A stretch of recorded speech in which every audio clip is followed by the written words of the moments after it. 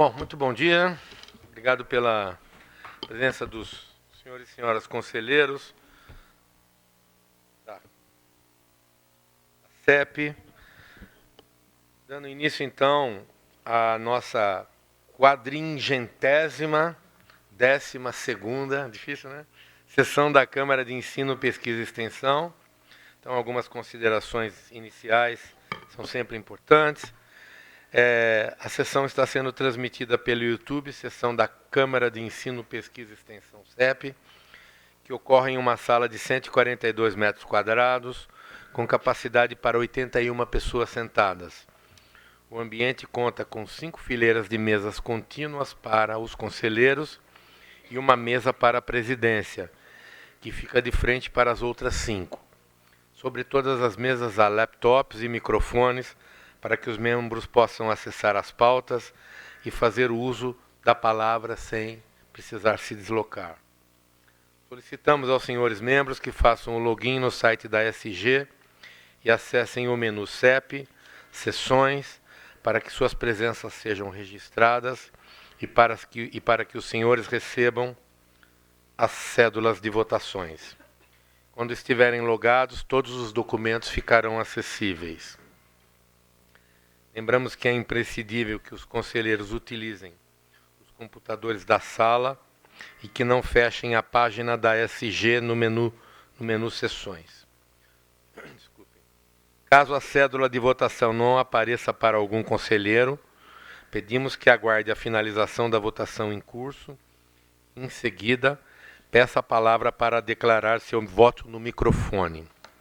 Para a manifestação, os conselheiros deverão levantar a mão e respeitar o limite temporal de 5 minutos para a ordem do dia e de 3 minutos para o expediente. A inscrição para o expediente deve ser realizada por meio do livro de inscrições que se encontra sobre a mesa lateral à minha direita. Reforçamos a necessidade de atenção para a LGPD, Lei de Proteção de Dados, número 13.709 de 2018, especialmente em relação ao cuidado com a exposição de dados sensíveis e pessoais. Informe. Estão disponíveis no site da SG os pareceres CLN referentes ao item 1 da ordem do dia e itens 1 a 4 do adendo à ordem do dia. As justificativas de ausência são: professor Fernando Antônio Santos Coelho, coordenador-geral da Universidade, em viagem à Croácia, em viagem institucional. A nossa pró-reitora de graduação, professora Mônica Alonso Cota, também em viagem institucional à França. A conselheira Andréia Galvão, sendo substituída pelo conselheiro Cláudio Sadi Rodrigues Coy. Bem-vindo, professor Cláudio. Conselheiro Rodolfo Jardim de Azevedo, sendo substituído pelo conselheiro Sandro Dias. Bem-vindo, Sandro. Conselheiro José Antônio Rocha Gontijo, sem substituição. A conselheira Amanda dos Santos de Deus, sem substituição. O conselheiro Ângelo Roberto Biagi, sem substituição. E o conselheiro Eduardo Gurgel do Amaral, sem substituição, mas com justificativa. Ele está na organização da Campinas Weekend, que é aquela feira de inovação, Innovation Week. Obrigado. Ata de aprovação, então. Ata para aprovação. Ata para aprovação da reunião número 411, realizada em 6 de maio de 2025. Pergunto aos conselheiros se há alguma manifestação.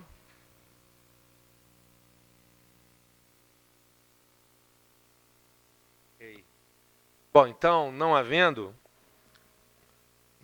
nenhuma manifestação, coloco em votação a ata da sessão número 411 da CEP. Todos os membros titulares devem votar e a professora Ana acho que consegue votar aí também, né? Obrigado.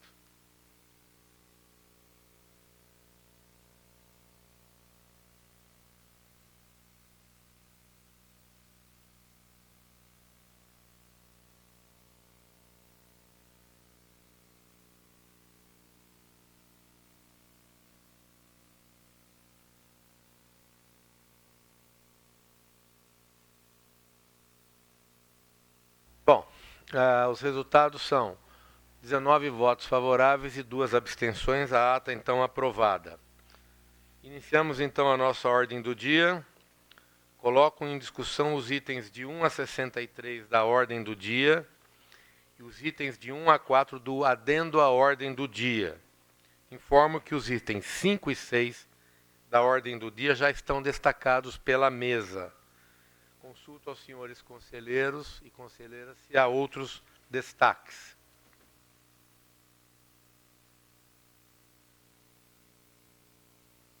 André, por favor. Destaco o item 1 para esclarecimento. Ok, item 1 para esclarecimento. Doutor André.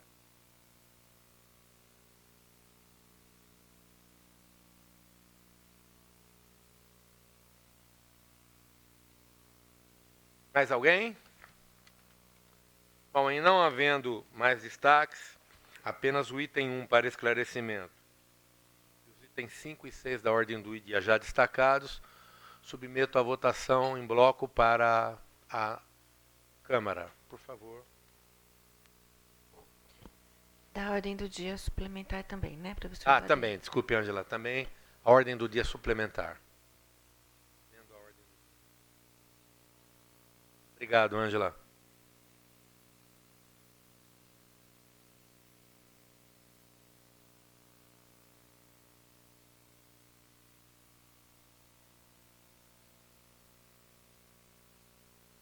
Concluído a votação, temos 18 votos favoráveis. Nenhum. Não, ainda estamos votando aqui, desculpe. Estamos em quórum 21.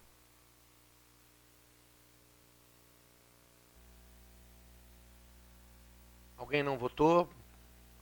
Nós temos aqui 20 votos favoráveis.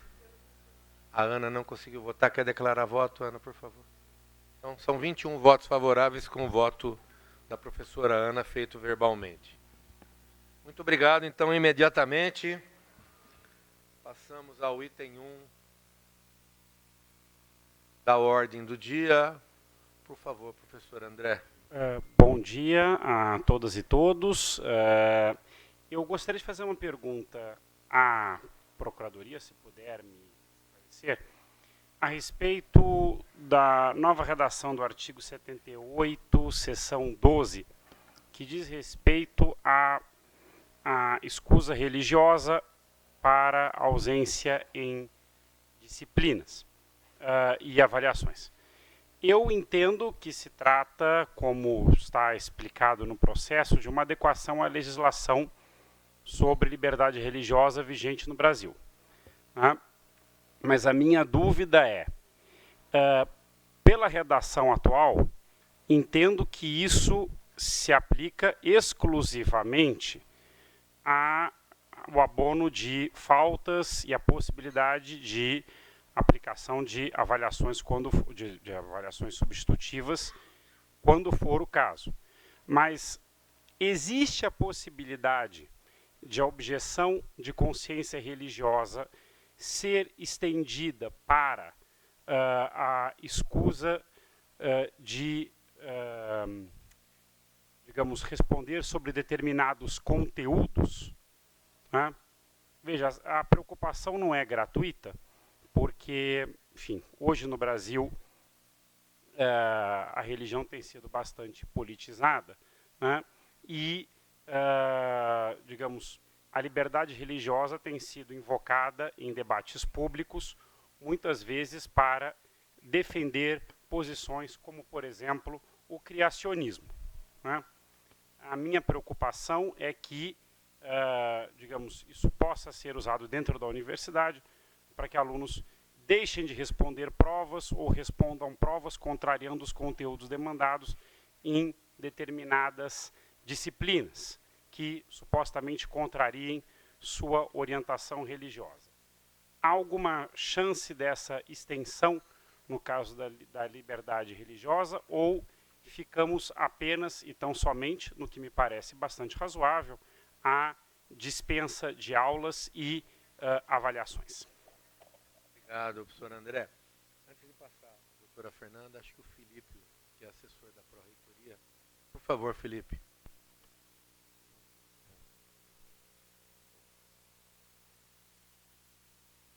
dia a todos e a todas.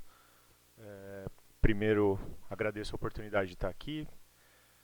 Bom, professor, com relação às principais alterações, eu vim preparado para fazer um preâmbulo geral do espírito de todas essas alterações, embora eu acredite que não seja necessário. Com relação à escusa religiosa... Oi, perdão. Sinta-se à vontade, se você se preparou para isso, talvez possa ajudar, tá bom? Tá ok, tá ok. Bom, a gente preparou uma breve apresentação, então eu vou pedir para o pessoal projetar. Acho que a gente consegue tirar algumas dúvidas com ela.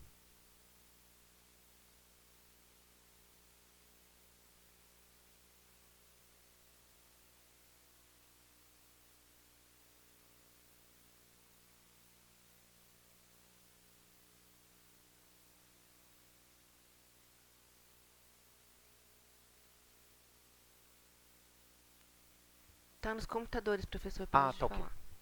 Bom, então, o primeiro esclarecimento, pessoal, é que existem 3 ferramentas, né, que foram revisadas recentemente, que é a questão do abono de faltas, o regime de exercícios domiciliares e também a questão do trancamento, né? Então, entende-se, a CCG se debruçou bastante sobre o assunto e a gente tentou transformar nessa nova versão do regimento, a gente tentou deixar de forma muito clara para qual seria a aplicação de cada uma dessas ferramentas.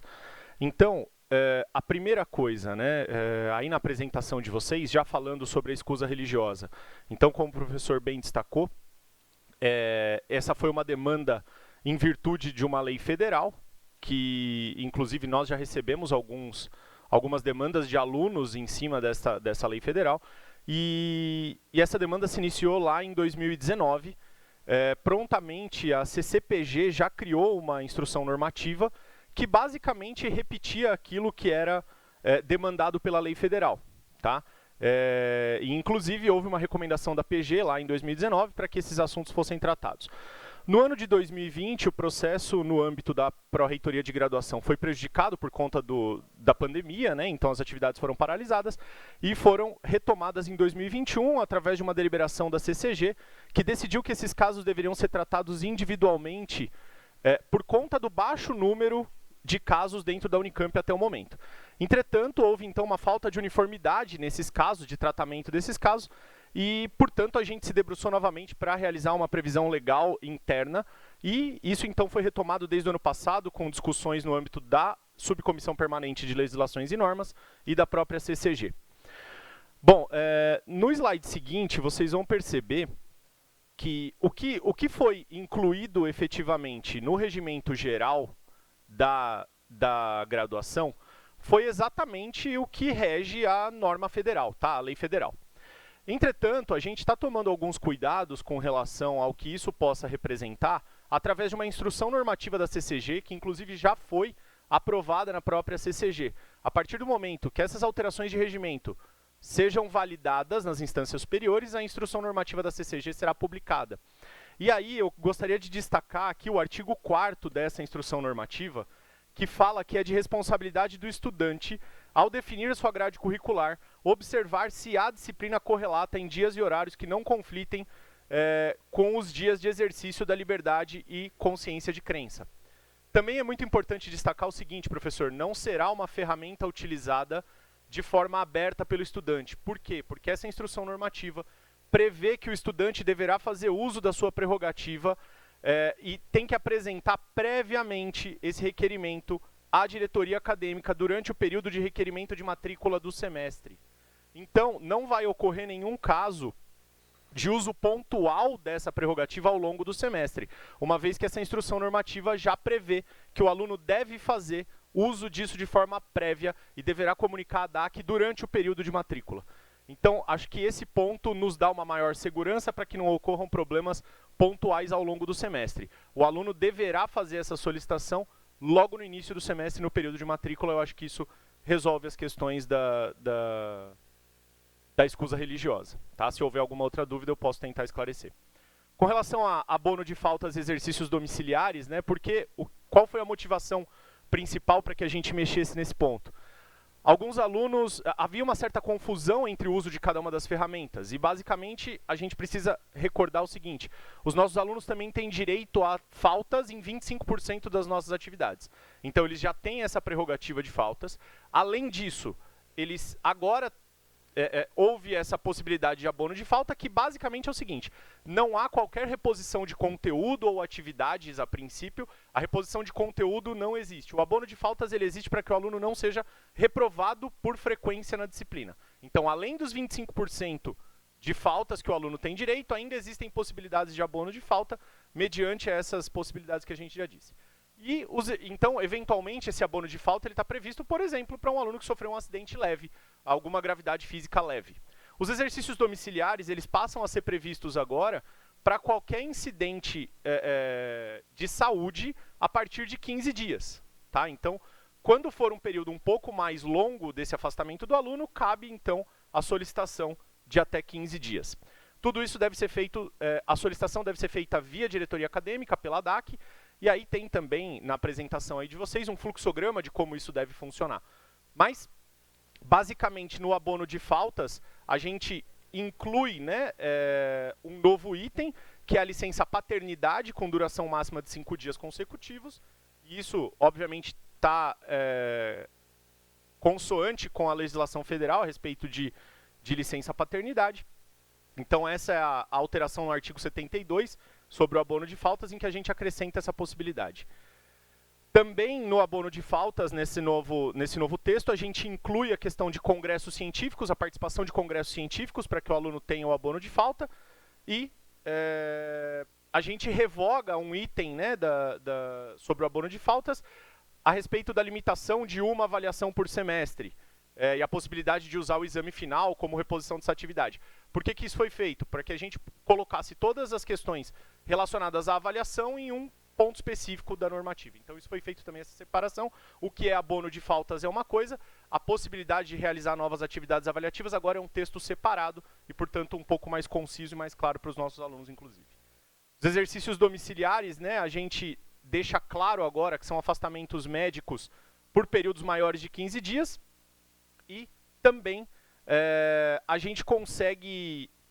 gente tenta resolver uma das questões, que é a incapacidade física relativa incompatível com a frequência dos trabalhos acadêmicos, mas garantindo que esse aluno consiga conservar as condições intelectuais e emocionais necessárias para o prosseguimento do processo de aprendizagem. Então, isso é um ponto importante do texto. E também deixar claro que essa possibilidade dos exercícios domiciliares devem acontecer de forma isolada ou esporádica, para evitar também casos em que os alunos se mantenham em exercícios de atividades domiciliares durante diversos semestres. Então, isso também já aconteceu. Temos históricos dentro da graduação de que os alunos se mantêm em atividades domiciliares por um período muito longo. Tá? Então, a intenção também é limitar esse período de atividades domiciliares pelos nossos alunos e o número de solicitações por conseguinte. Bom, então o período máximo para essas atividades domiciliares é limitado a 2 períodos letivos. Acho que o Fernandinho também pode me ajudar nessa questão, nós discutimos bastante isso na SPLN. E casos omissos serão decididos pela CG do curso.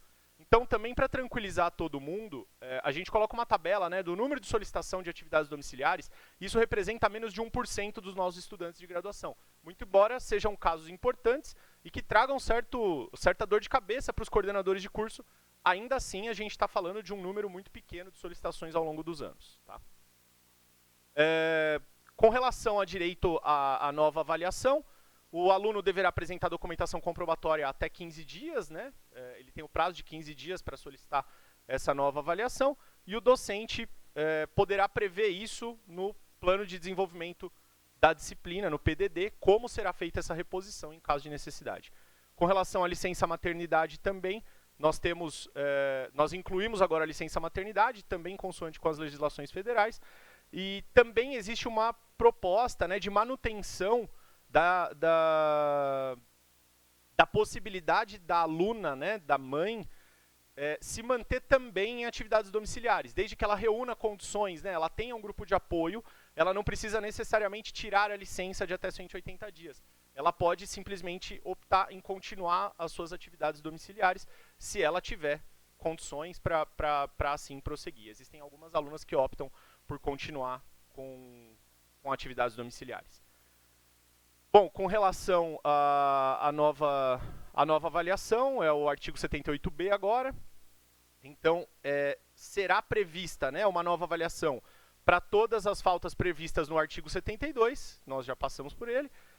Alunos que estiverem fazendo trabalho de campo ou atividades acadêmicas obrigatórias e também apresentação de atestado médico. Então, essa também é uma mudança significativa. A apresentação de atestado médico dará a possibilidade da realização de uma atividade, de uma nova avaliação. Entretanto, não dará direito à reposição de conteúdo. Acho que isso é importante pontuar também. Isso é o caso de avaliações. Tá? Então, na hipótese do abono de faltas fundamentada pelo inciso 5º do artigo 72, fica limitado a uma nova avaliação por disciplina por semestre, também tentando evitar que os alunos, em todas as avaliações, se ausentem para participação de congressos, representações estudantis e tudo mais, então fica limitado a uma por semestre. Eu peço desculpa se eu passei o tempo, mas acho que conseguimos dar um preâmbulo geral. A Giovana pediu a palavra, acho que vou passar ela, Fernando. Depois a gente pode também passar a Procuradoria-Geral. Se mais alguém quiser pedir a palavra, a gente pode discutir essa. Giovana, por favor. Bom dia, sou Giovana, funcionária da Faculdade de Educação e representante dos funcionários técnicos administrativos. Sou uma mulher branca, cabelos grisalhos curtos, dentro de uma boina verde, rosto redondo, uso óculos, estou com uma blusa de lã.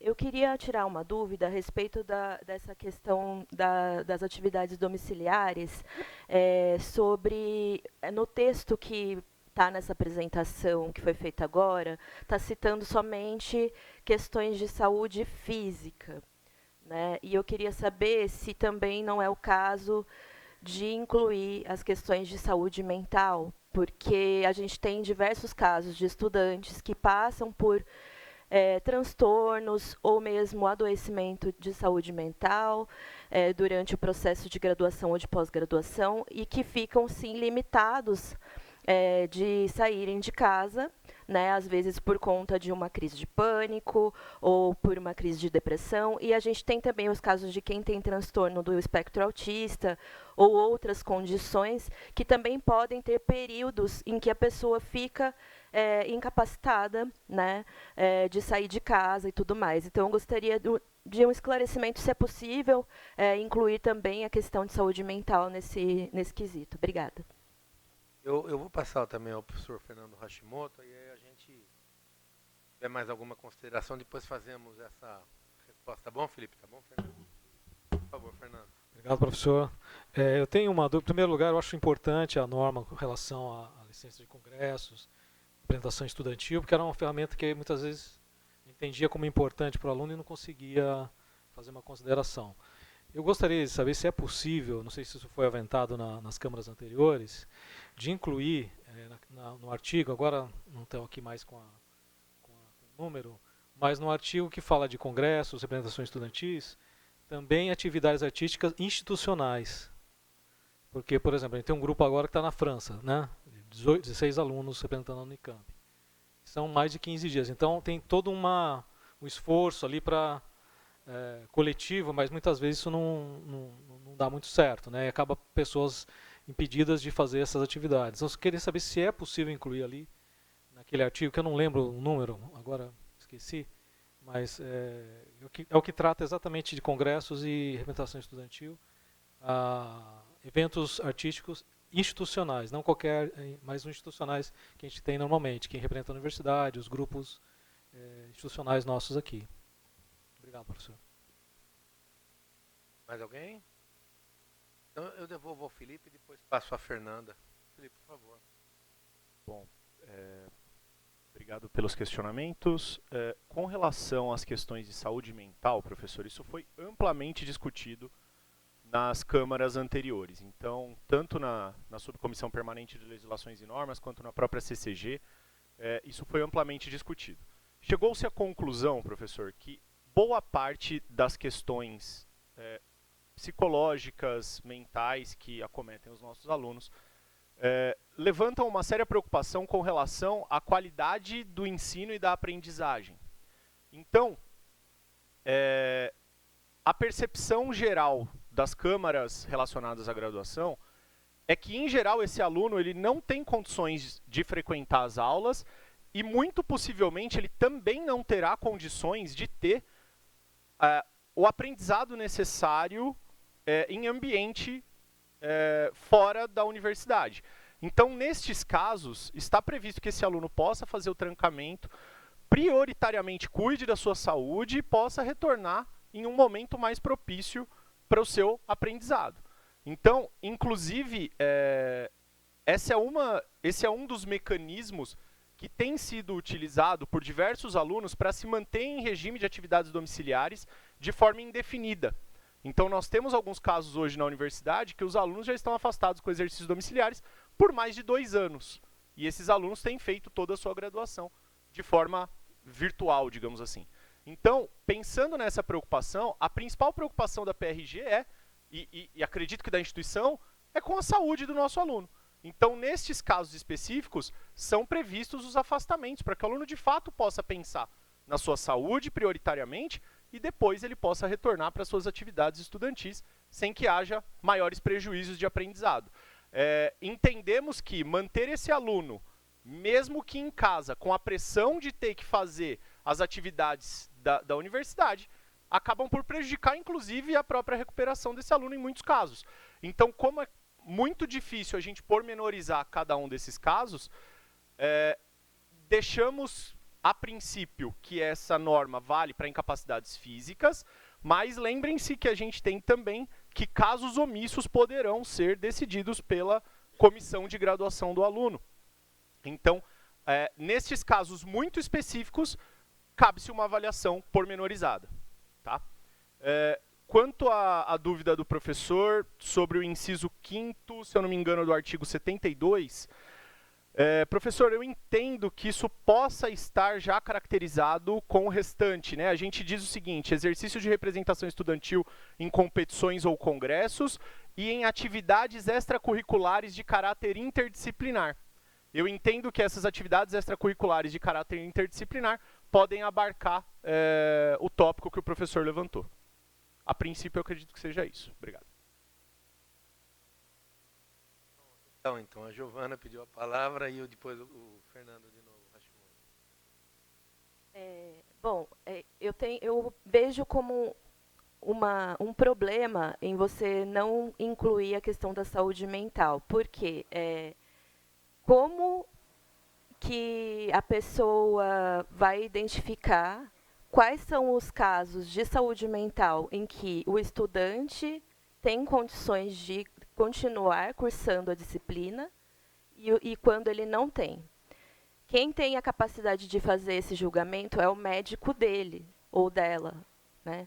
Não é o professor.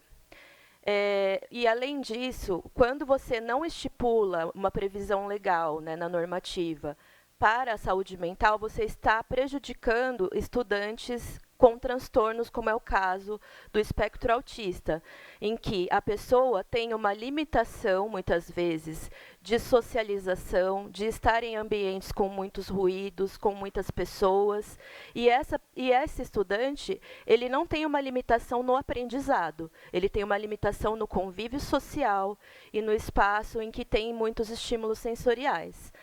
Então, isso seria uma forma de capacitismo institucional, se você não pensar nesses estudantes autistas, estudantes com TDAH, estudantes com outros transtornos que possuem limitações e que essas limitações não são escolhas e não é uma questão de a pessoa precisar de um tratamento para que ela melhore, entende?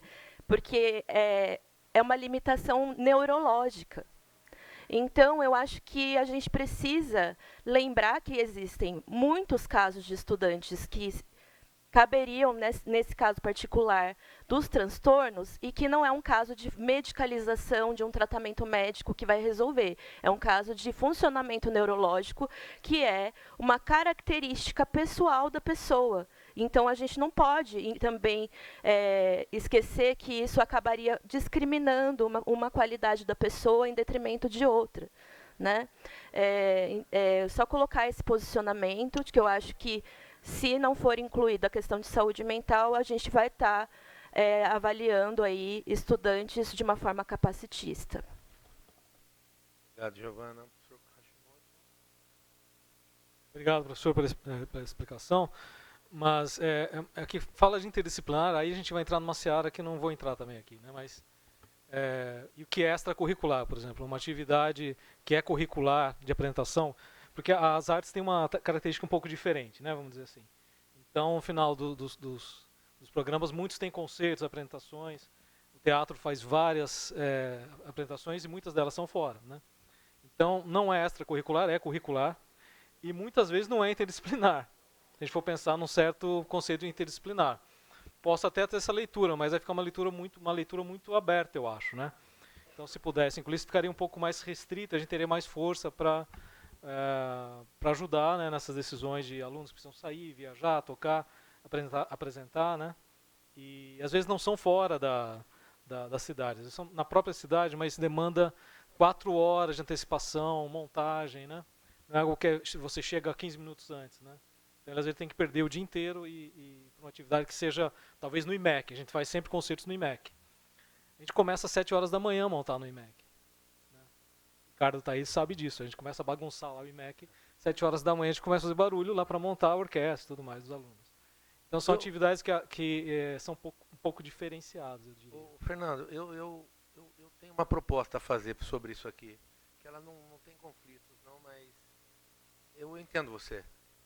Quem vem de algumas áreas diferentes, eu acho que vale a pena, assim, desculpe, eu estou interferindo aqui para tentar achar uma solução. O espírito aqui é muito bom, é um espírito de avanço, né? Então não custa a gente tentar encontrar uma mediação para ficar registrado esse avanço, acho que não tem problema nenhum. A gente só vai enaltecer ainda mais o trabalho da CCG, mas já posso falar sobre isso. Professora Joana.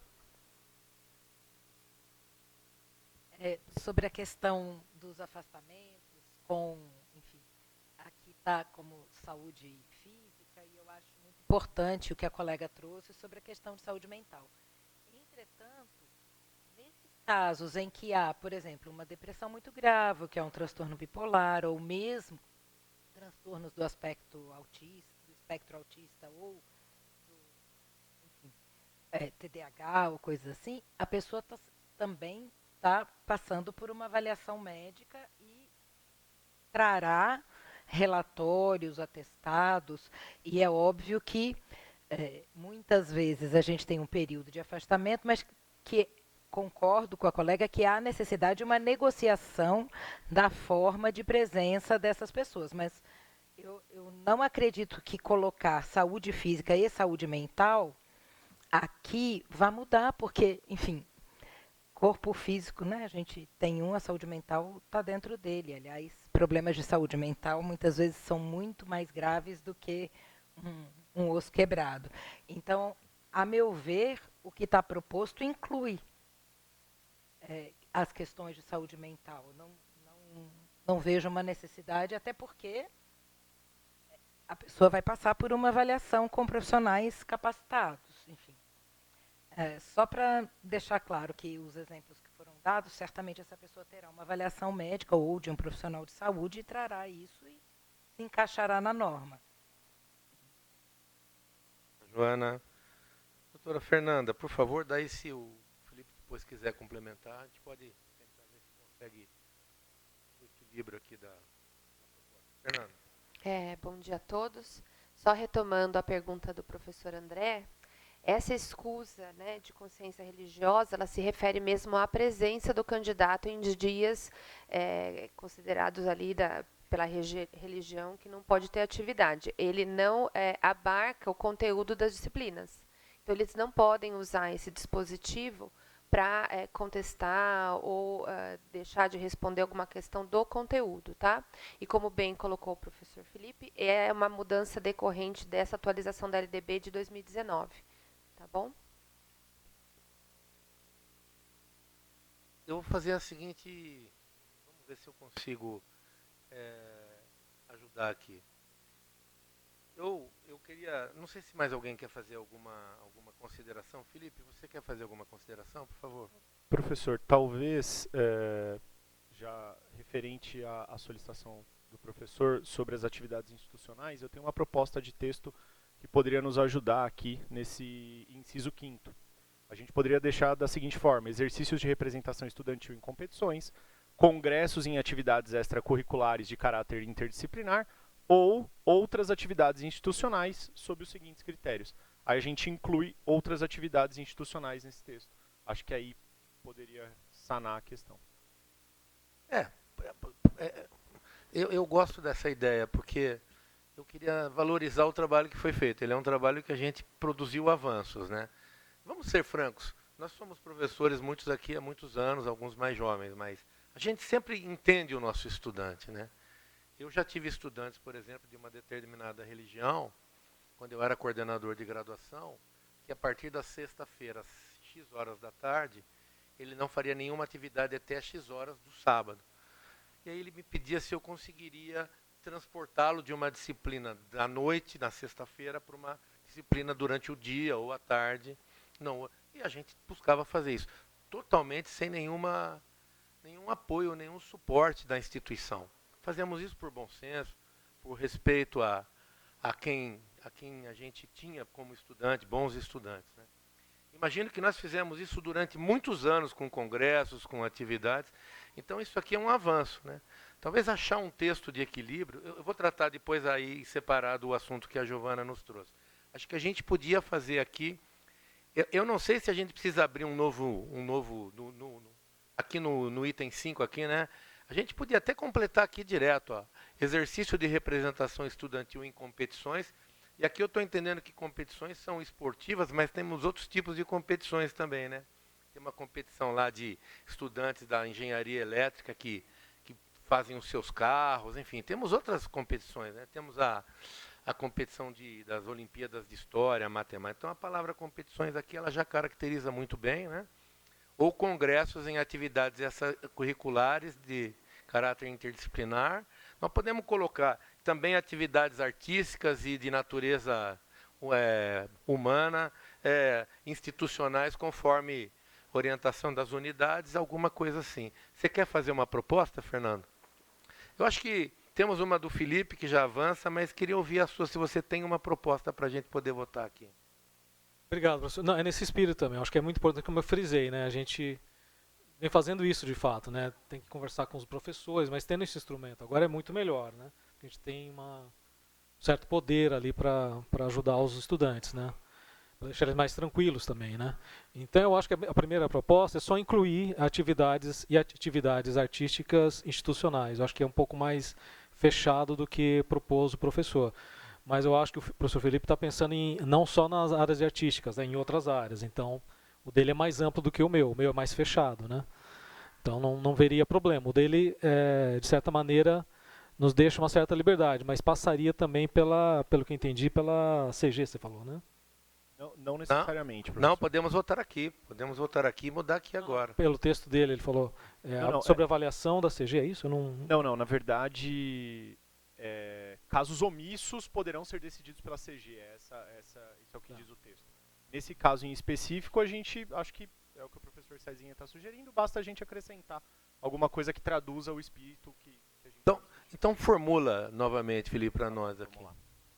Se todos estiverem de acordo, já votamos. Então, novamente, aqui é o inciso 5º, né, do artigo 72.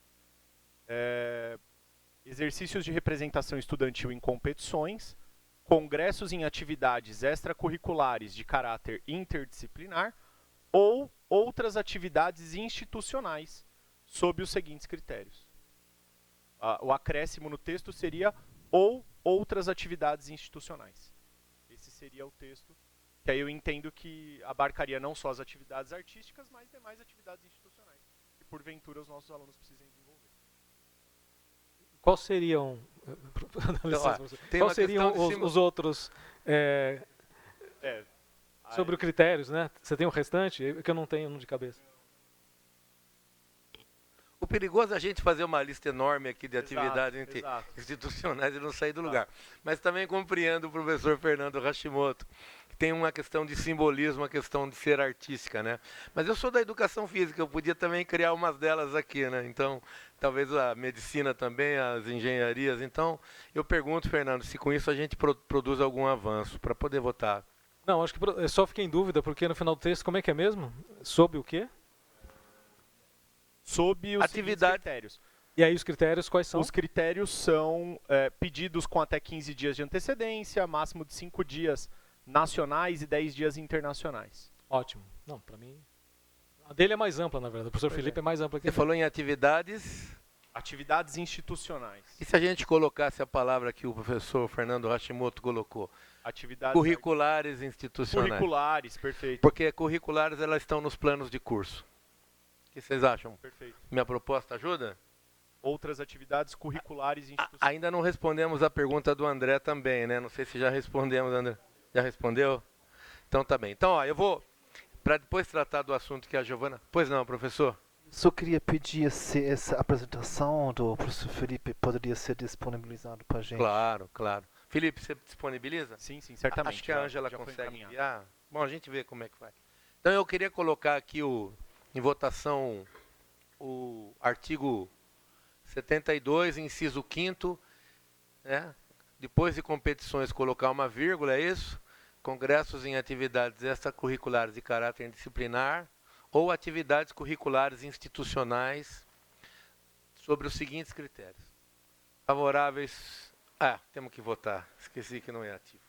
Por favor, Ângela.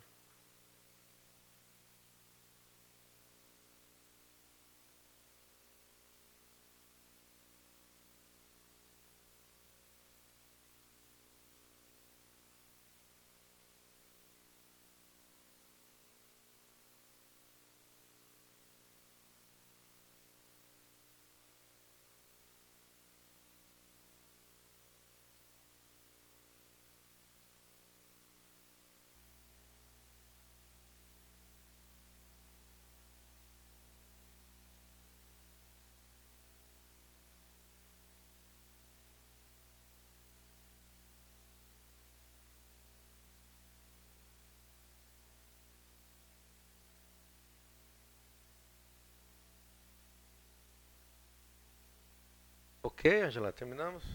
Ok, ó, favoráveis 21, contrário 0, abstenção 0, ok. Eu queria perguntar a Giovana se você quer fazer uma proposta, Giovana. Vamos localizar onde você... Eu não pensei numa proposta de texto, mas eu acredito que, assim, eu entendo o posicionamento da professora a respeito de... talvez colocar a questão de colocar saúde mental explicitamente abre demais, entendo. Mas eu acho que dá para prever, por exemplo, casos de outras questões de saúde mediante apresentação de atestados médicos também, né? Que tenham ligação com uma condição da pessoa, com uma deficiência que a pessoa tem, um transtorno. Porque, assim, de fato, essas pessoas elas estão mais expostas a ter questões de saúde mental. E aí você limitar a só questões de saúde física acaba realmente discriminando uma pessoa, porque ela acaba não tendo escolha, ela vai ter mais predisposição a isso. Né? E isso não quer dizer que ela não tem o direito de cursar a disciplina, de fazer uma graduação. Né? Então, assim, entendo que uma outra possibilidade seria a previsão, né, no regimento de graduação de estender o prazo de curso para as pessoas com deficiência e alguns transtornos, seria uma outra solução possível. Mas aí eu acho que seria criar uma coisa nova que não foi discutida.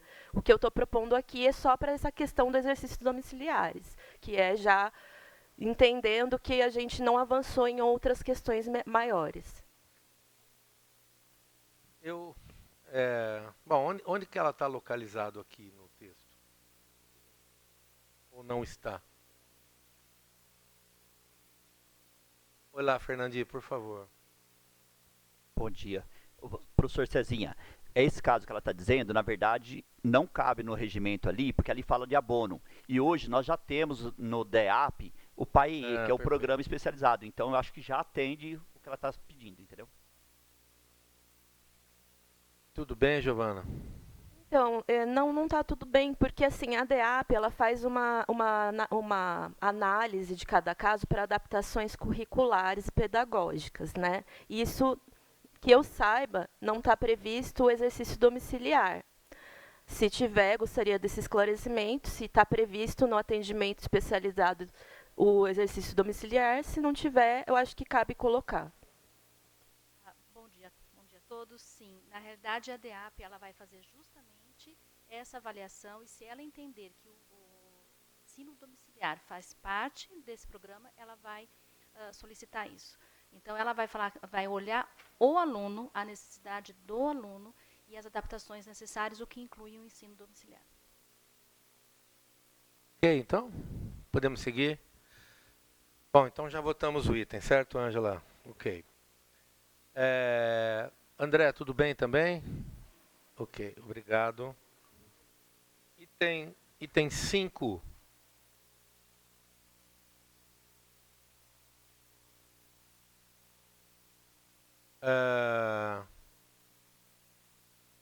Vou abrir aqui o meu. Inscrições de especialista externo. O item B, né, no caso, concurso para provimento de cargo de professor titular. Foi feita uma solicitação de um membro externo e a FCM, a comissão de especialistas a FCM, a comissão de especialistas emitiu um seguinte parecer, um parecer desfavorável à solicitação de Saulo Sacramento Meira. Eu queria passar ao professor Cláudio Coy, por favor. Bom dia. A avaliação da inscrição do candidato, a comissão analisou e ela entende que ele não atende os requisitos para a obtenção de título de professor titular, né, não pode se inscrever, não preenche os requisitos mínimos da universidade com relação à obtenção desse título. Isso é uma coisa que tem ocorrido eventualmente em concurso para professor titular, pelo menos na FCM, que pessoas elas não têm as qualificações acadêmicas necessárias para pleitear essa posição e elas confundem um pouco como uma forma de entrada na carreira docente. Então, a avaliação da comissão negou a inscrição desse candidato. Ok. Alguma consideração? Podemos votar? Por favor, Ângela. Isso, nós estamos votando o parecer que é desfavorável à inscrição.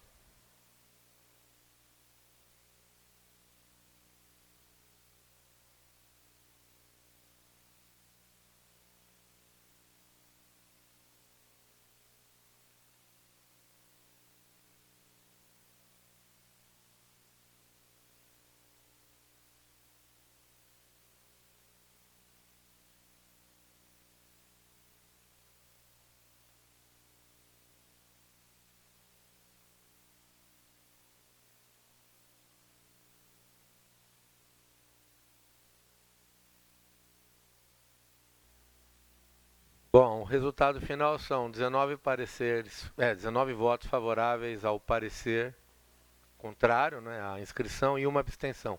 Alguém não votou? Todos votaram? Então, ok. Podemos seguir? Então vamos ao item 6. É um caso semelhante, não é? Que aconteceu no IMEC, na área de modelos probabilísticos e de regressão, nas disciplinas aqui conforme a pauta, ME 323 ME 524 e ME 919, do Departamento de Estatística. O parecer, no caso aqui, é um parecer favorável, tá bem? Mas queria passar a palavra também ao professor Ricardo para nos ajudar aqui. Bom dia a todos, obrigado pela palavra. Como o professor Paulo César disse, se trata da inscrição inscrição em concurso de professor titular de um candidato que é externo à Unicamp e não tem título de docência, então sua inscrição precisa ser analisada aqui pela CEP. No caso, a inscrição é realizada pelo professor Yevgeny Kovchegov, no concurso titular do Departamento de Estatística, na área de modelos probabilísticos e regressão, um concurso titular que foi aberto em setembro do ano passado. O professor Yevgeny se doutorou em 2002 por Stanford, atualmente é professor titular na Universidade Estadual do Oregon, nos Estados Unidos. Após análise tanto da produção científica, orientações e demais atividades dele, a comissão estabelecida aqui pela CEP, considerando também o perfil da unidade, recomendou a aprovação de sua inscrição no concurso. Esse concurso também conta com inscritos que não passaram por aqui, que não precisaram ter essa análise da CEP. Então, era basicamente isso. A comissão, nesse caso, recomenda a aprovação da inscrição. Obrigado, professor Ricardo. Palavra aberta. Algo? Só queria chamar a atenção que o parecer favorável da CEP implica em 20 votos no mínimo. É isso, Ângela? Nós temos 20 votos. Então, 20 votantes. Por conta da necessidade estatutária, não é? Portanto, o professor, vou arriscar só falar o sobrenome dele, tá bom? Kovchegov, é isso? Nosso russo é parecido, Cezinha, então acho que tá bom. Então eu queria chamar a atenção porque tem uma nota da Secretaria-Geral que em situações como essa, a aprovação de inscrição de candidatos como especialista externo à carreira MS exige 2/3 dos votos dos membros em exercício da CEP. Alguma coisa? Tranquem a sala, por favor. Podemos votar, Ângela? Deu certo? Oi, Léo, perdão.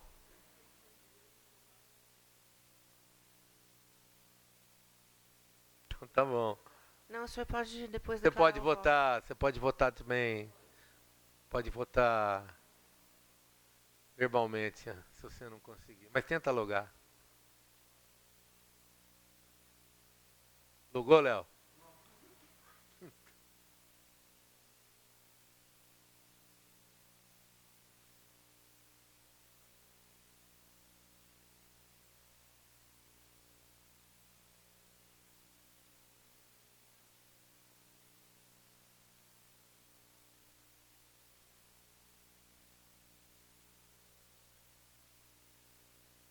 Bom, vamos fazer assim então. A gente vota, se não deu certo, Léo, você faz o voto através do microfone. Por favor, Ângela.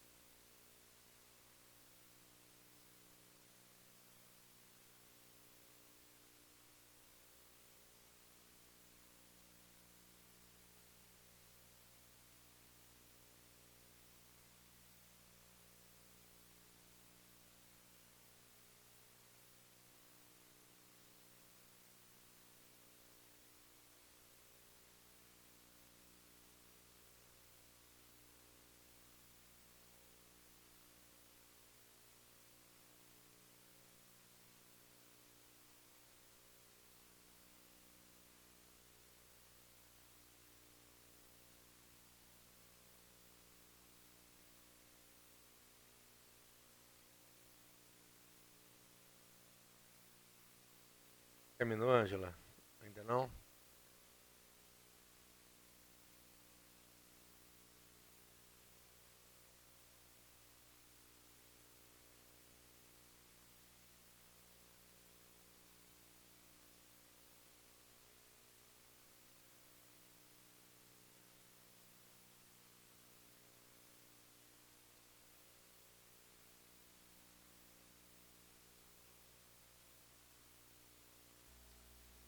Bom, nós temos 20 votos depositados, do Léo ele vai colocar agora. 19 favoráveis e uma abstenção. Léo, o concurso está nas suas mãos. Está em suas mãos. Estou tendo um protagonismo inesperado, né? Olha lá, hein? Muito Olha lá. estranho o que está acontecendo aqui. Eu estava logado, me pediram que me deslogar e me logasse de novo. Agora eu estou clicando acima de favorável e ele não vai. Então, seu voto é favorável. Favorável. Vencemos a pauta. Diga ao professor que o Léo carimbou o concurso dele. Muito obrigado, Léo. Vamos ver se você consegue agora. Ângela, vencemos a pauta? Vamos ver aqui os inscritos. Vamos. Obrigado, viu, Léo? Desculpe a brincadeira.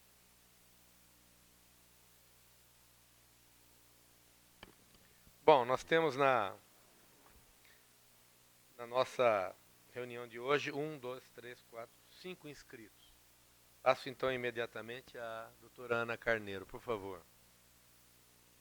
Bom dia a todos e todas.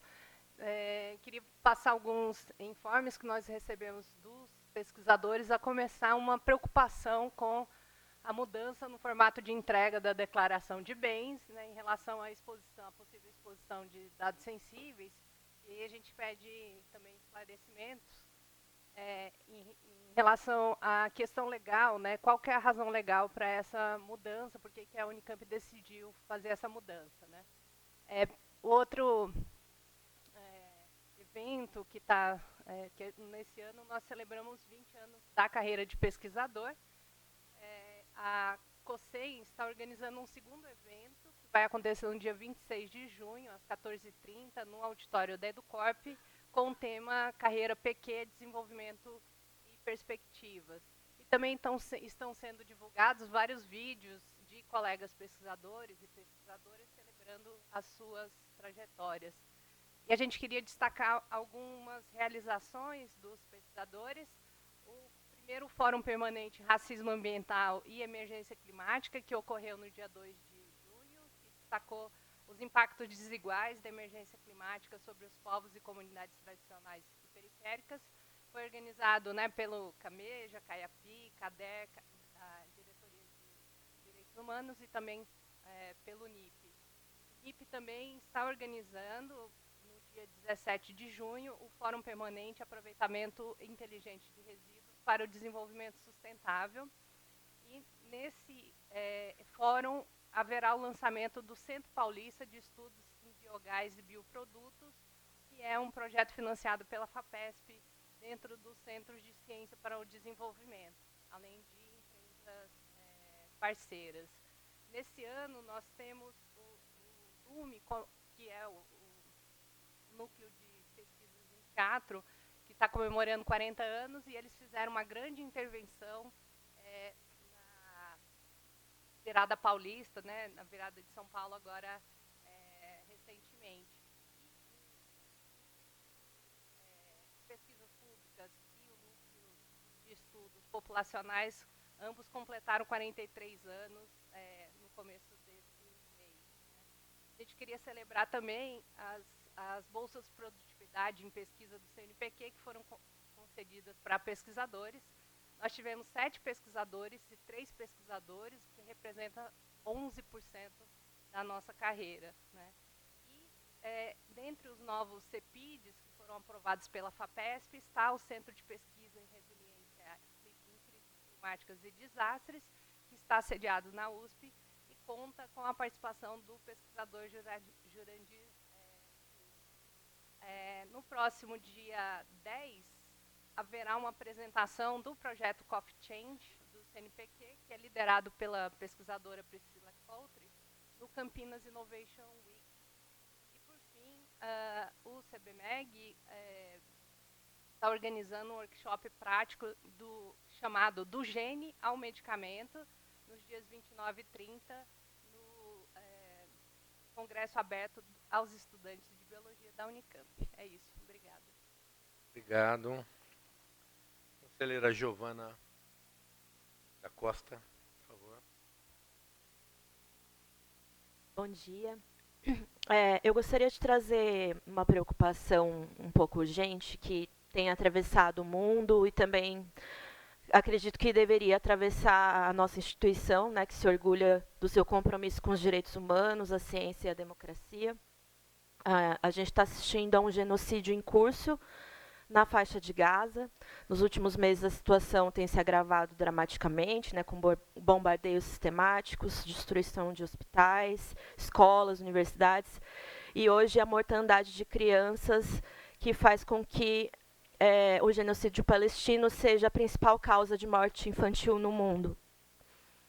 Nessa semana, além da destruição em Gaza, também assistimos ao sequestro de ativistas humanitários que tentaram romper o bloqueio de Israel, né, com a Flotilha da Liberdade.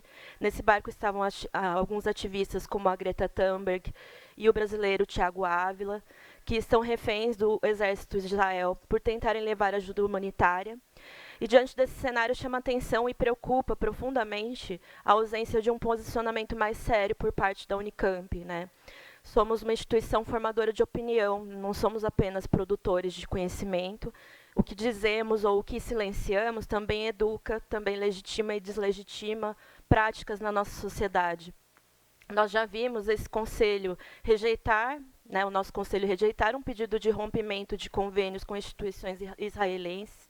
Também assistimos a reitoria da Unicamp tentar silenciar o movimento estudantil que se mobilizou em solidariedade ao povo palestino, como ocorreu durante uma feira universitária em 2023, e tudo isso enquanto o genocídio segue seu curso.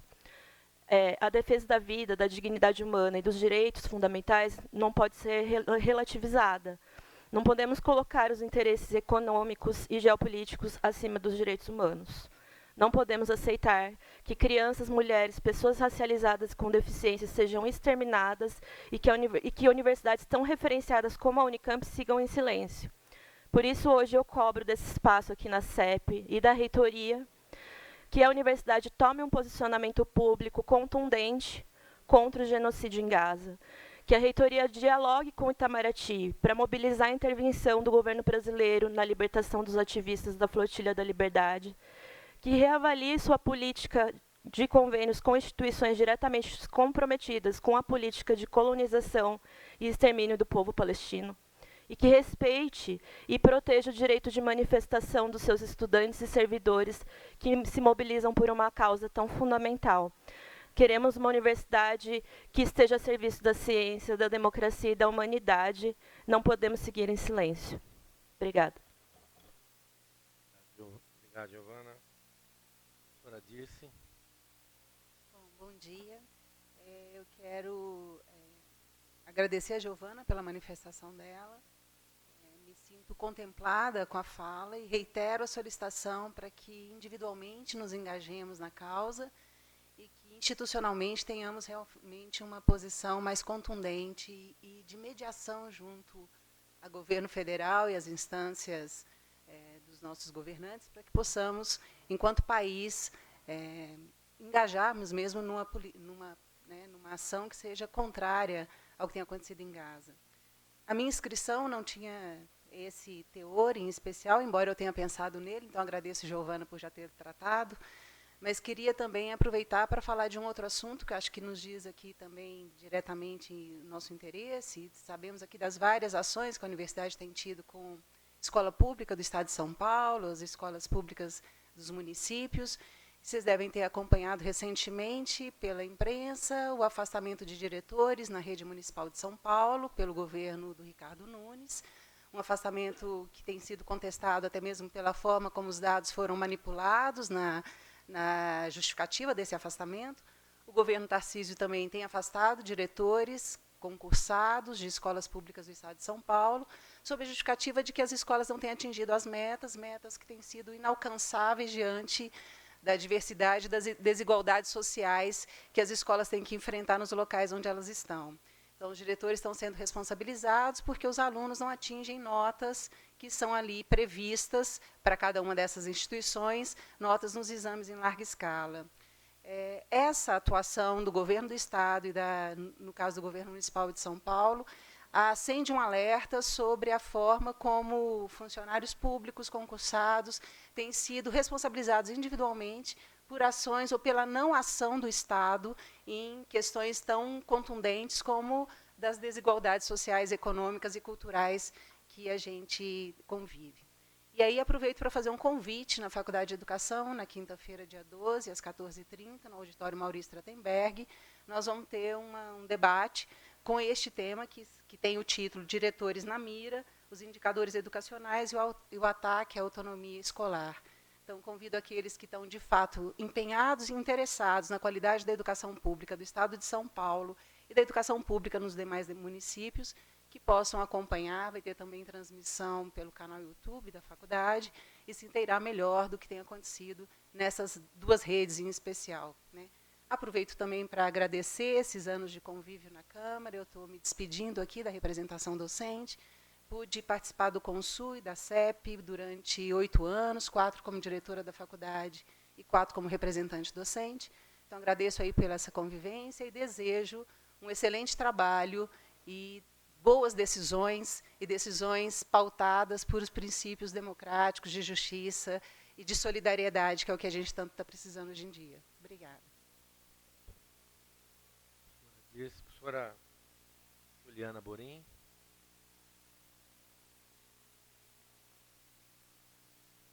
Bom dia. Bom dia. Opa. Eu quero levantar 2 assuntos. O primeiro deles é que eu gostaria de deixar registrado o descontentamento de vários docentes quanto ao artigo 6º da nova resolução GR 17/2025, no qual a Unicamp se isenta da responsabilidade de zelar e administrar recursos provenientes de agência de fomento, que também são seus e a beneficiam, deixando todo o ônus para o pesquisador. Este artigo vai na contramão do que se espera de uma instituição que, de fato, valoriza a pesquisa e o trabalho dos seus servidores. Então, esse é o primeiro assunto. O segundo assunto é também uma preocupação, não só de docentes, mas como também já falou a Ana aqui do meu lado, né, também dos pesquisadores, que é quanto à nova exigência por parte do sistema da DGRH de submissão do arquivo .dec da Declaração de Imposto de Renda, ou seja, a declaração completa entregue à Receita Federal.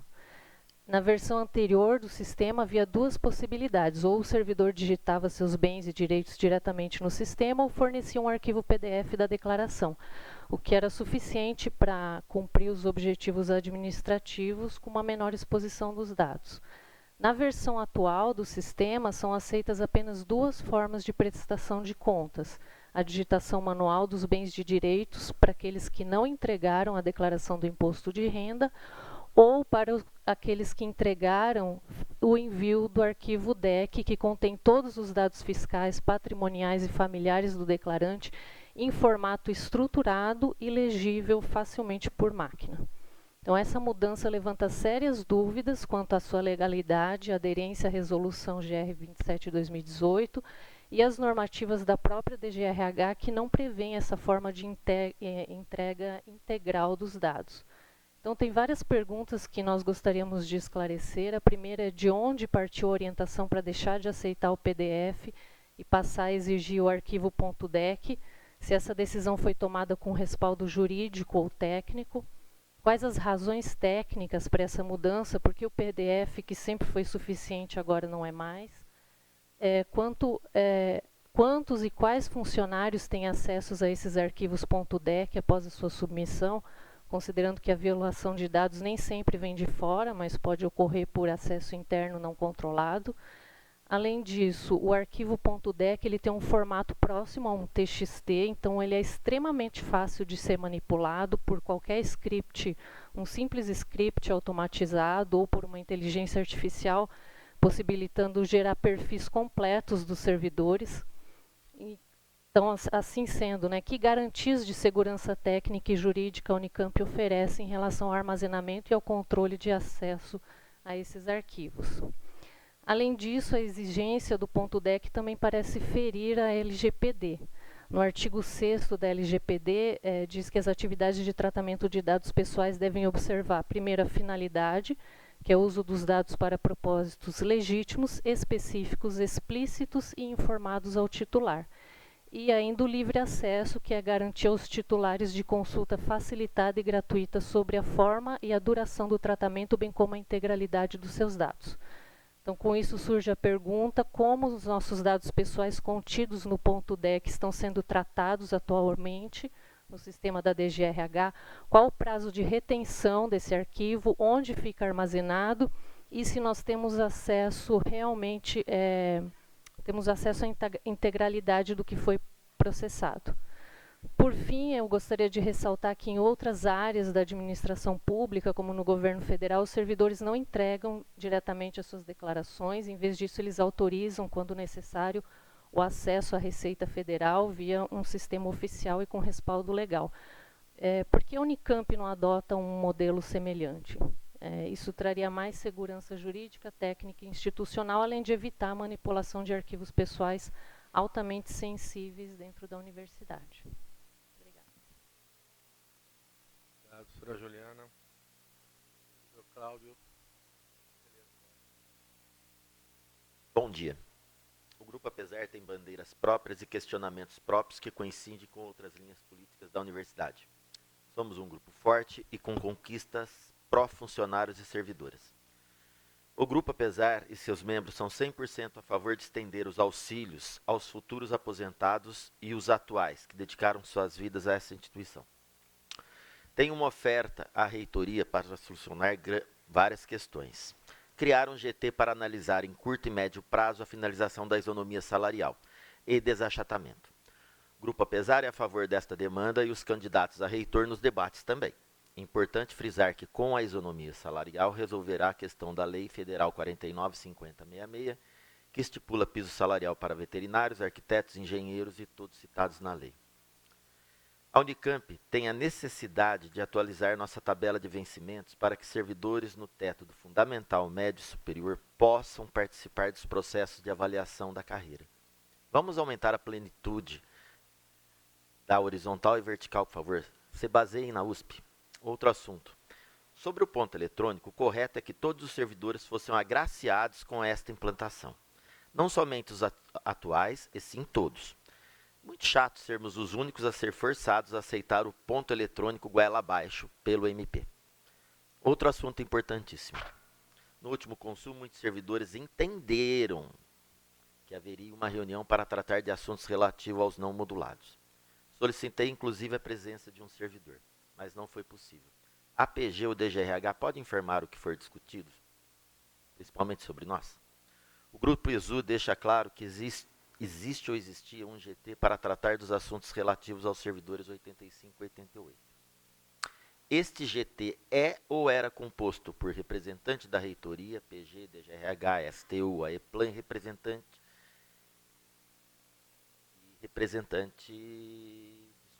do STU, está repetido. Sugerimos inclusão de servidor não modulado, que pertence aos 309, e servidor não modulado, que pertence aos aposentados, e um representante do Consul. Este GT ainda está ativo? Estamos corretos? Assuntos que precisam ter diálogo urgente, caso retornemos à CLT. Licença-prêmio e férias. Podemos entrar em acordo, servidores e a instituição, para que qualquer servidor que tenha que retornar à CLT possa usufruir as licença-prêmios e férias acumuladas nos próximos 5 anos e que ninguém seja prejudicado? Precisamos de uma resolução, portaria, instrução normativa ou qualquer outro dispositivo que garanta nos próximos 5 anos nosso direito de usufruir licença-prêmio e férias sem prejuízo aos servidores e à instituição. Porque quando muitos servidores saem de licenças e férias, prejudica a instituição. Férias anuais e licença-prêmios, há várias linhas dentro do nosso grupo que pedem para que seja feito pagamento em dinheiro para quem tem interesse. Esperamos não ser obrigados a tirar todas as férias consecutivamente. Outra questão que perturba nossas mentes: quem vai se responsabilizar e nos ressarcir por termos pagos SPREPEV, valor superior do que se fôssemos CLT? Nós, servidores, vamos marcar com este prejuízo? É fato que somos ESU até o retorno à CLT. Então, quem atingir o direito de receber abono permanente, a Unicamp pagará 100 melindres, certo? e FGTS. O Unicamp vai depositar à vista. Não tem como ter precatório. E pergunta final para o professor Coelho quando ele retornar. Qual nome será dado à CVND em breve, pois não gostamos dessa sigla conforme discutido em debate para reitor. Obrigado. Obrigado, Cláudio. Acho que antes de passar a mesa aqui, acho que seria bom algumas respostas, né? Cidinha, por favor.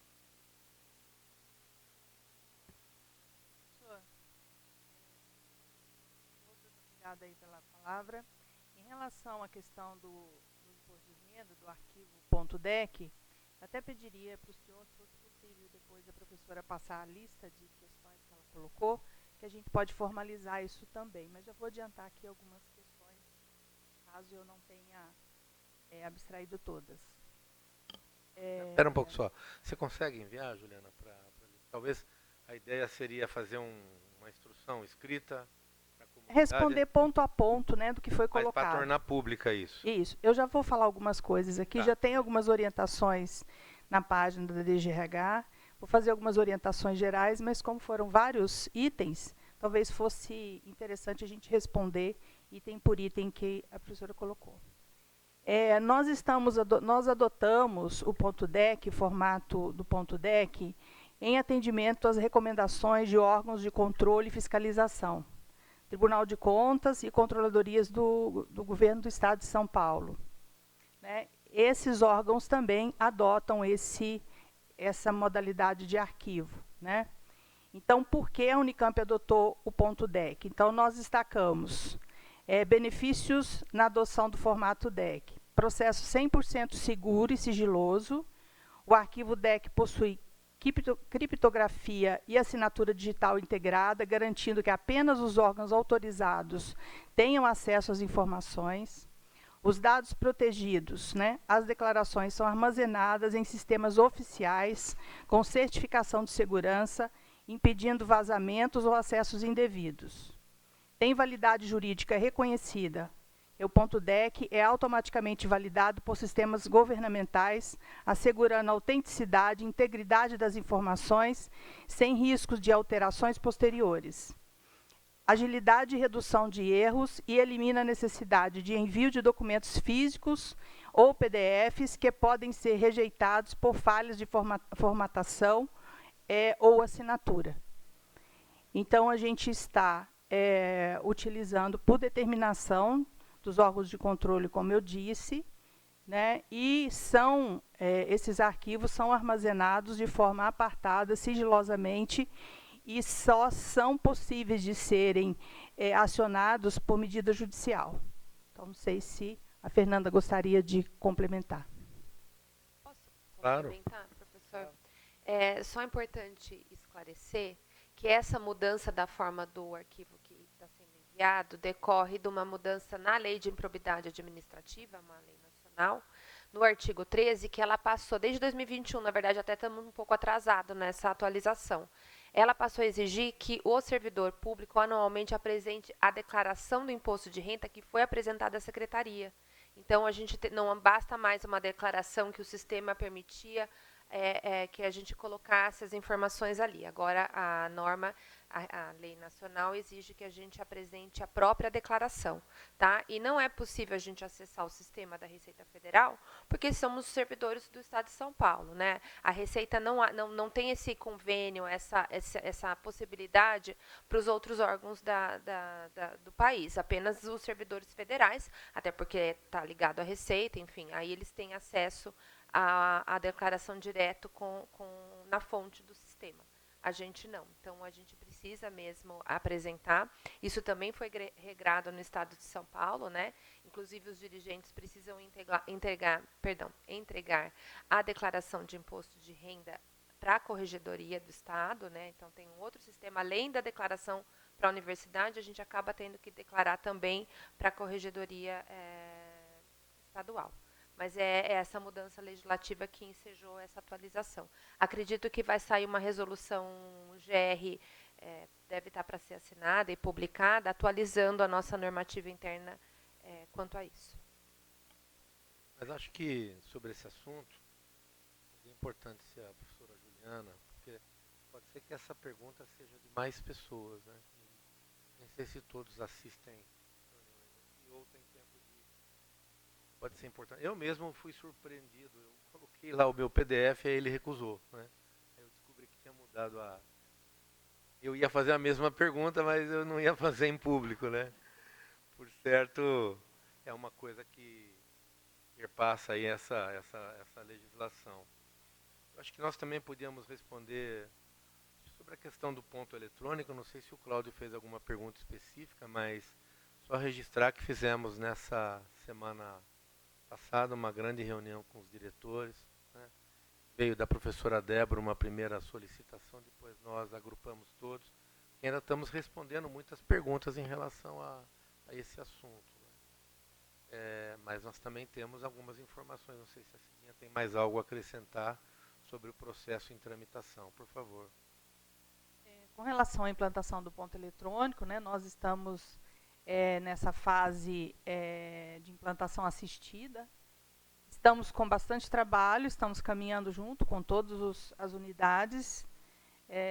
Como todos sabem, é complexo e trabalhoso, mas está evoluindo dentro do esperado. Está indo bem, né, dentro do esperado. Então, a gente está, em breve, né, a gente colocará outras normativas aí de orientação, mas a gente tem no site da DGRH um subsite só falando do ponto eletrônico. Nós temos lá a FAQ, nós temos feito reuniões de plantão de dúvida toda semana com os RHs, né, e estamos a postos, né, tem uma equipe lá a postos para orientar e receber qualquer demanda relativa ao ponto eletrônico.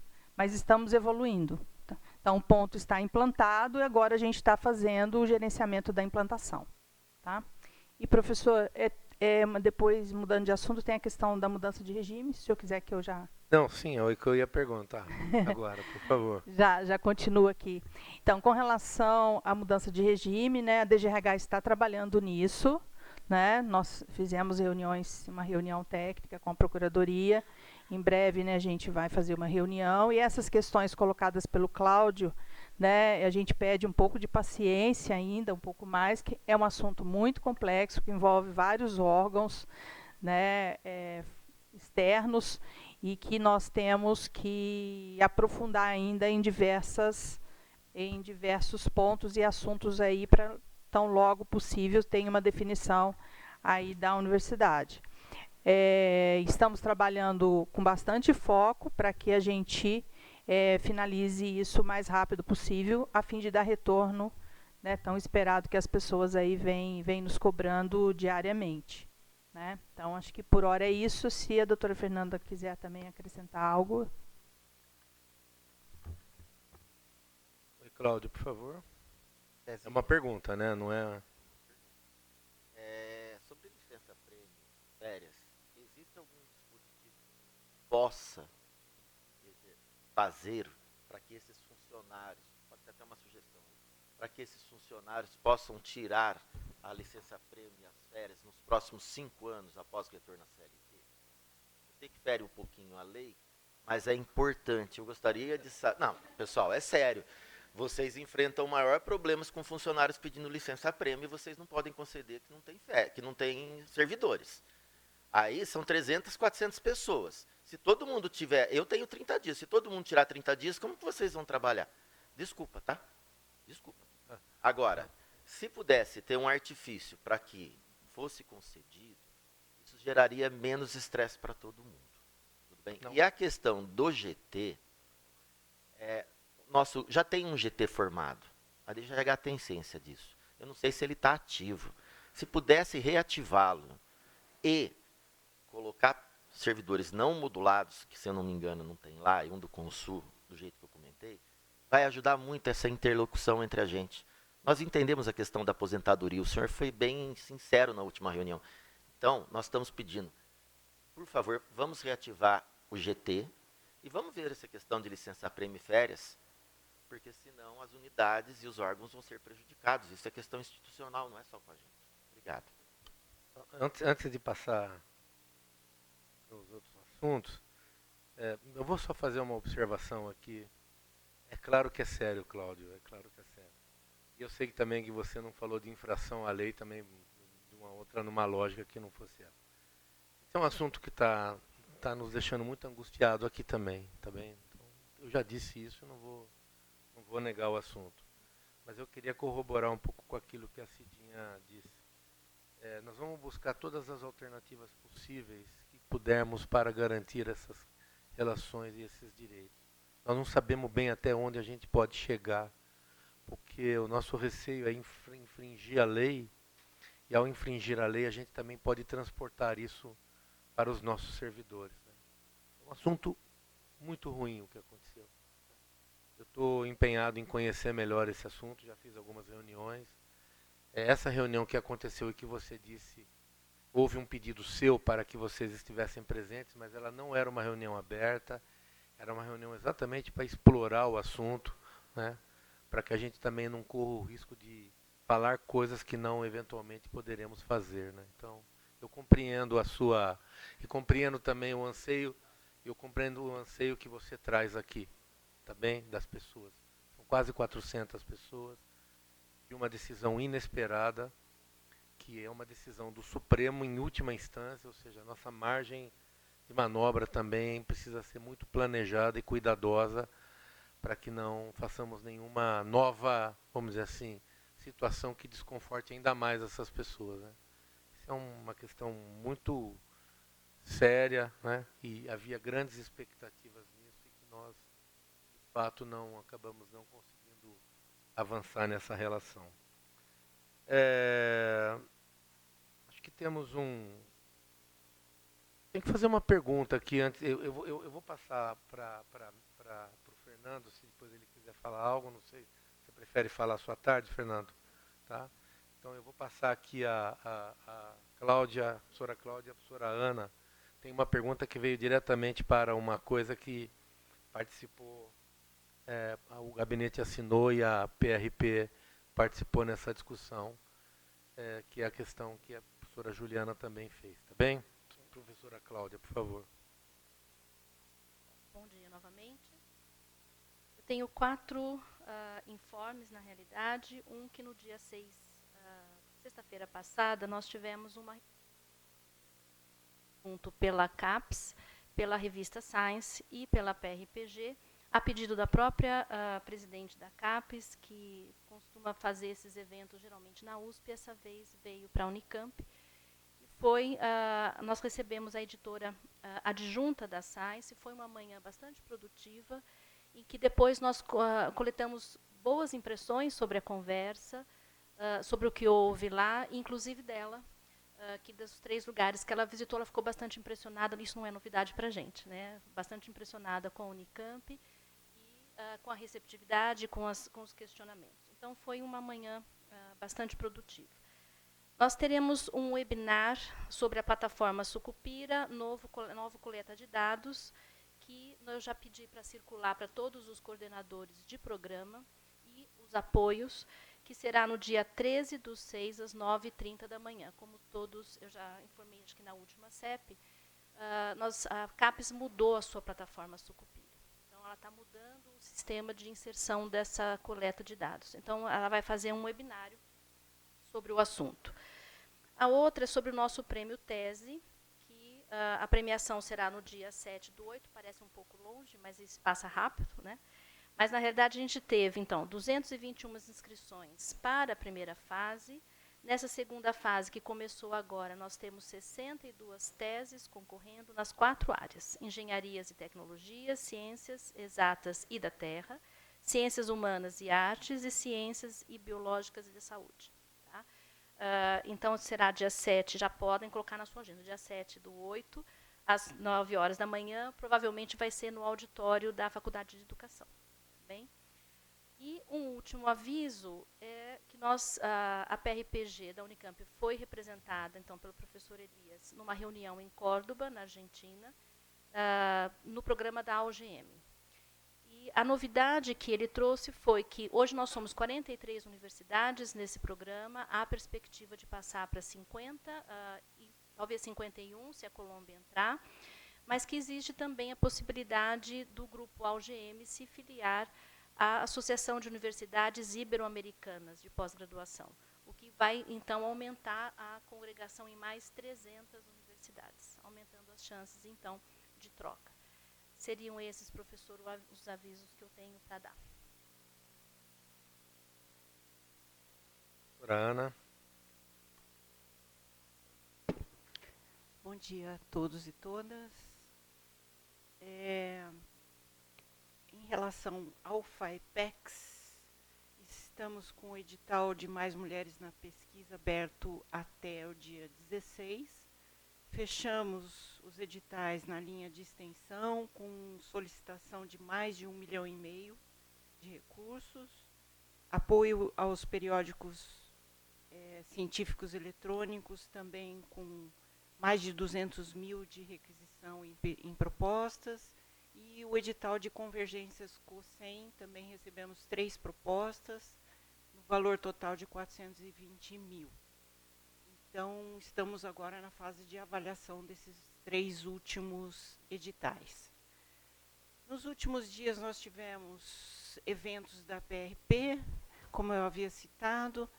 Nós tivemos o Love Data Day, que foi um evento para a gente gostar mais dos nossos dados, né, já a 2ª edição. Eu gostaria de agradecer os participantes. Nós tivemos o professor Rodolfo Paganella, da FCM, falando sobre inteligência artificial na área de saúde. Nós tivemos também a professora Marilda Botese, falando sobre o levantamento da produção acadêmica das pesquisadoras da Unicamp.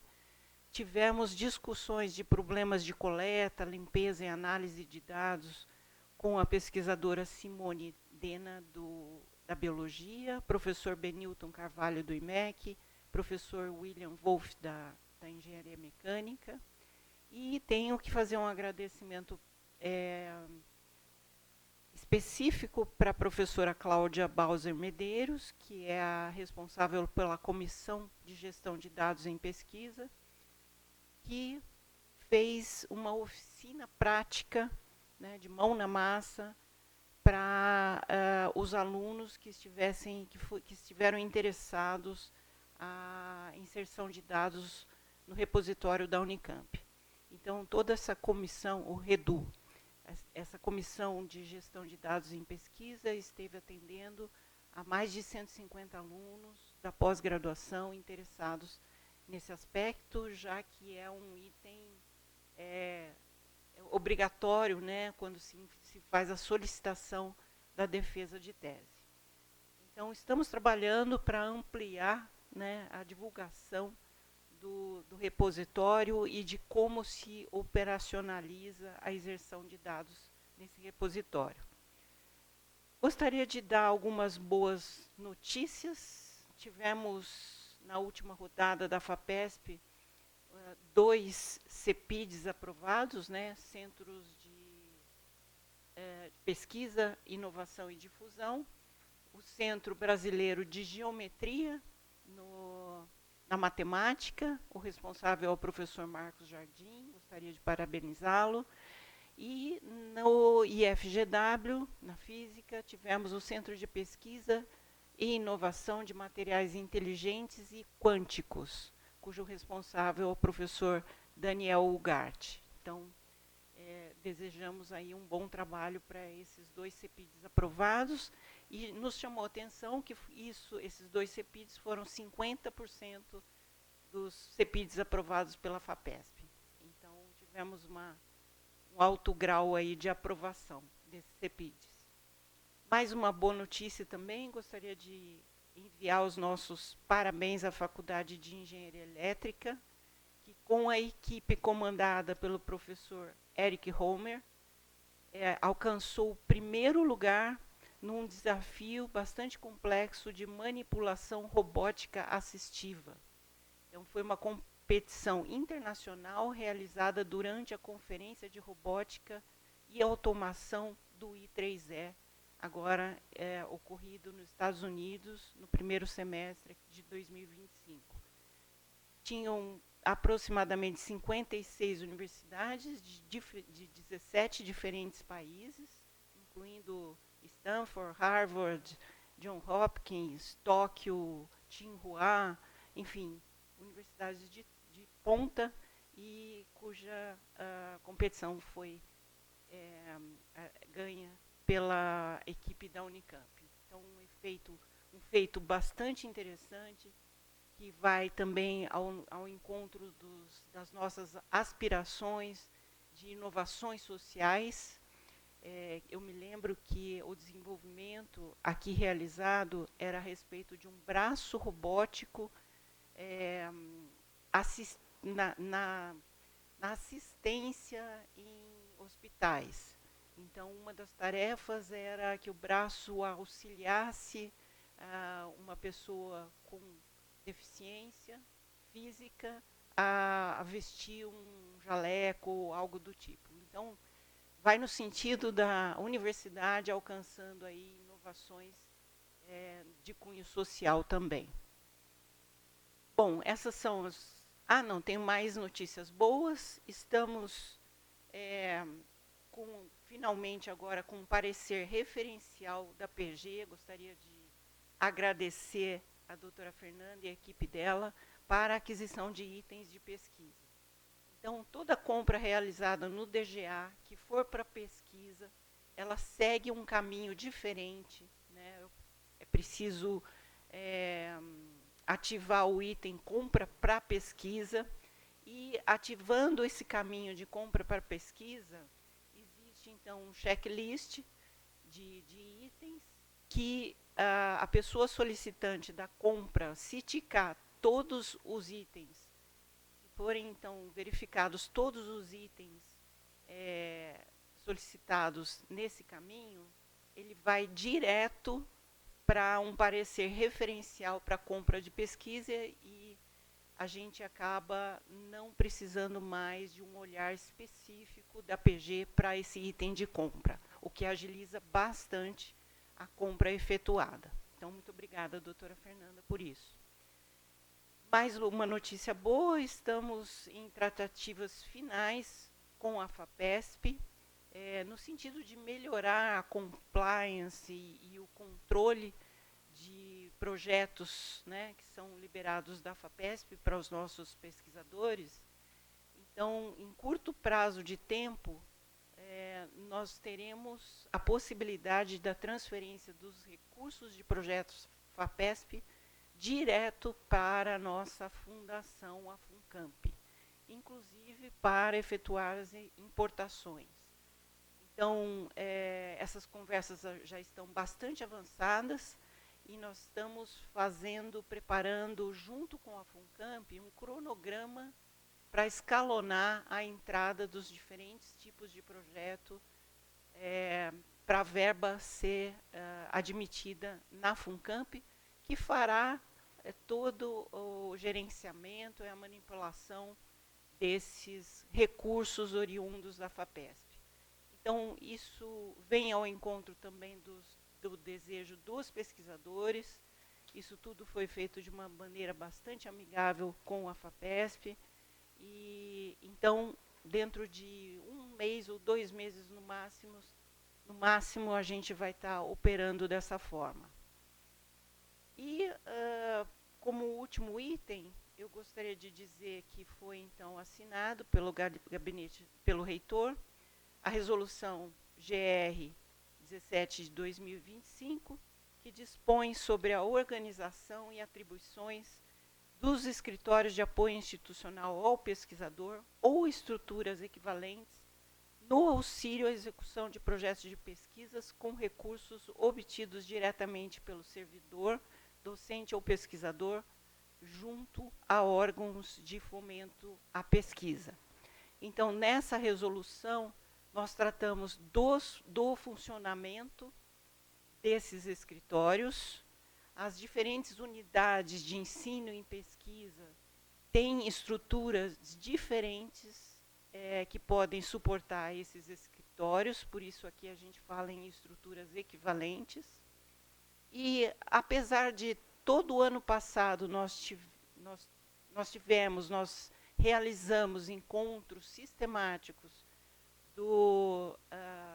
da PRP, por meio do Grant Office, com os assistentes técnicos de pesquisa, em todas essas reuniões, nós enfocamos os procedimentos operacionais adequados a esse tipo de verba, obtida diretamente do pesquisador com a agência de fomento.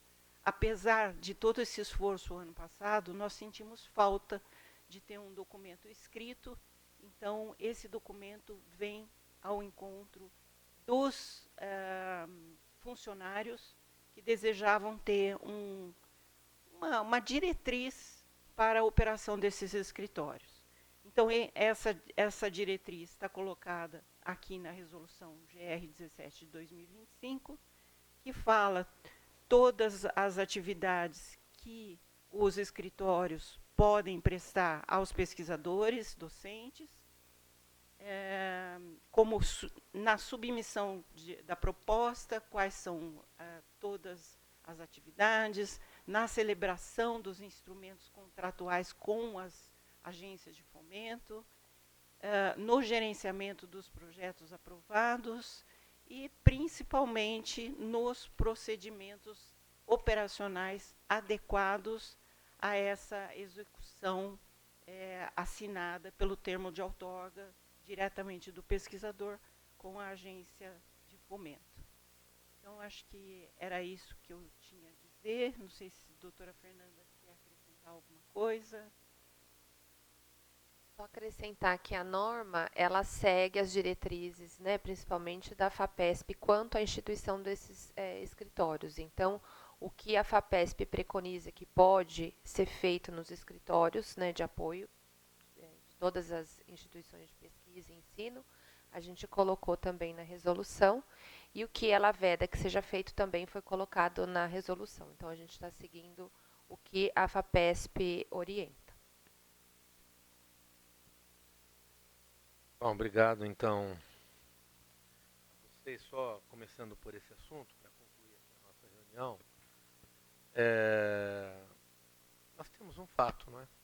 E esse fato gerou uma série de discussões, não só na Unicamp, como também na própria FAPESP e nas outras instituições. Nosso desejo aqui é não só fazer isso, mas exatamente, tendo a posição da professora Juliana, exatamente fazer exatamente o contrário, dar mais suporte ao nosso pesquisador, tirando exatamente algumas coisas e colocando outras novas, né? Então, desde o ano passado, a FAPESP vem discutindo com para 6 grandes universidades paulistas, né, que são públicas, no caso Unicamp, USP, Unesp, também Federal de São Carlos, UniABC e Unifesp, né, uma forma de fazer com que as fundações pudessem operar os recursos de pesquisa envolvidos nessas operações, né. Foi isso que a professora Ana disse. Isso facilitaria muito que tivéssemos uma condição de compliance, controle e de gestão melhor, não é? Assim como também facilitaria muito o pesquisador na agilidade do projeto, porque é isso que é o segredo do processo. A gente precisa ter agilidade e eficiência. Nós estamos agora discutindo, já há um acordo, isto é importante também para a FAPESP, né? De forma que com isso nós possamos exatamente fazer exatamente o contrário do que vinha sendo feito, porque a responsabilização ela era toda do pesquisador por conta e não são só esses processos que existem nesse momento, já tem uma história de processos que a FAPESP registra. Claro que a grande maioria dos projetos funciona bem. Com isso, a gente tem uma enorme expectativa de melhorar as condições de trabalho. O que há de novo nisso é que a FAPESP concordou em pagar, não é isso, Ana? Os serviços das fundações, compreendendo que isso também era algo importante, porque era uma coisa que ela se recusava a fazer.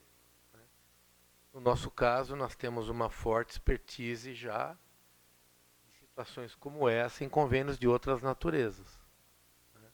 Sobretudo no campo até da iniciativa dos convênios com a iniciativa privada, né? E nós temos vários exemplos muito favoráveis a isso. Então, a nossa expectativa é exatamente de melhorar as condições de suporte ao pesquisador. Temos uma transição a fazer, ainda faltam algumas questões mais operacionais a serem combinadas. Temos que ter um acordo com a FAPESP disso e também um convênio, né, para que a FUNCAMP possa operar isso e com essa decisão poder melhorar essas condições, né, que foram comentadas. Eu queria também lembrar que ontem à noite teve uma inauguração, uma mesa inaugural do Campinas Innovation Week. A Unicamp é parceira nesse evento que é coordenado pela Prefeitura, comandado pela Prefeitura, com financiamento do MCTI e outras agências importantes, né? Convidar todos para visitar o nosso stand lá na Campinas Innovation Week, onde nós temos 80 metros quadrados bem no centro daquele galpão do relógio, né, que era um local que se montava as locomotivas lá na saída de Campinas, a estação ferroviária que a gente tem lá. E ficou muito bonito, eles fizeram uma revitalização no passado e esse ano está melhor. Com isso nós vamos destacar os nossos projetos de pesquisa da universidade, né, nessa área de inovação. Também nossas iniciativas do RIDS, que é uma coisa que causa grande interesse das entidades, sobretudo internacionais. Também os resultados da Inova, da nossa agência de inovação. Estão lá representando a gente, além de muitos estudantes, professores. E também temos um evento que é denominado Campinas Health, que é uma forma de inovação em saúde, coordenado pelo professor Gustavo Fraga. Também é uma inovação que nós estamos levando. Acho que era isso. Eu queria só, talvez, olhando um pouco aquilo que a Giovana e a Dirce comentaram, a gente podia na CAD, de repente, ter alguma posição, porque a reitoria sequencialmente fez movimentos desse, mas a gente pode fazer novamente alguma nota da reitoria, mas eu não sei se teria o mesmo impacto de uma reunião da CAD. Nós não teremos nenhum consul ainda agora nesses próximos 2 meses, mas é um assunto que sempre nos inspira preocupação, temos concordância com essa preocupação de vocês, né? Não só com essa, como outras também.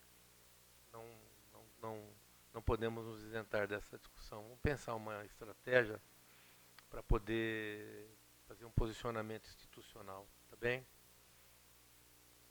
Mais alguma questão? Queria agradecer então a presença de todos.